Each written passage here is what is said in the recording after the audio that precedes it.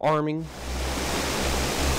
engaging, Tucked away in the back of an SPD warehouse. taking off.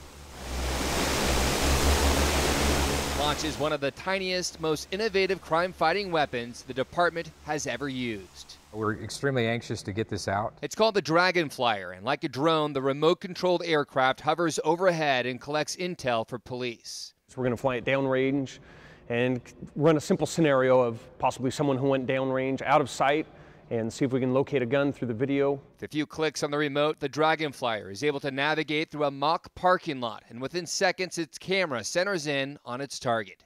Right in here by the front tire of this pickup truck. It doesn't require putting law enforcement, first responders, or any other person in harm's way to be able to gather more information. But the Dragon Flyer has its share of skeptics. Monday, the ACLU expressed concern about how police plan to use the device and asked the city to do more to protect personal privacy before police use it. So the city of Seattle needs to get in place some guidelines about when they get used, how they get used, how long the material they gather is kept, and to have an audit to make sure these policies are actually enforced. The idea is not to fly it, randomly around the city of Seattle.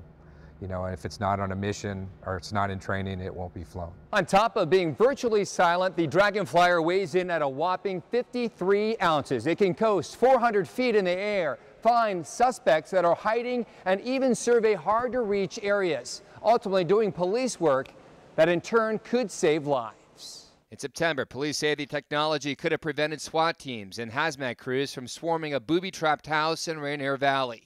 No one was hurt, but police say it's a prime example of how the device would be deployed. It precludes injuries, possible injury to death to police officers, innocent citizens, but also suspects. $41,000 drone has a short battery life, up to 10 to 15 minutes. Police say its cameras can also use thermal imaging to help locate people like a missing child.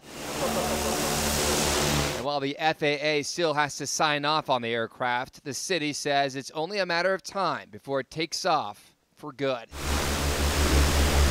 In Seattle, David Quinlan, Q13, Fox News.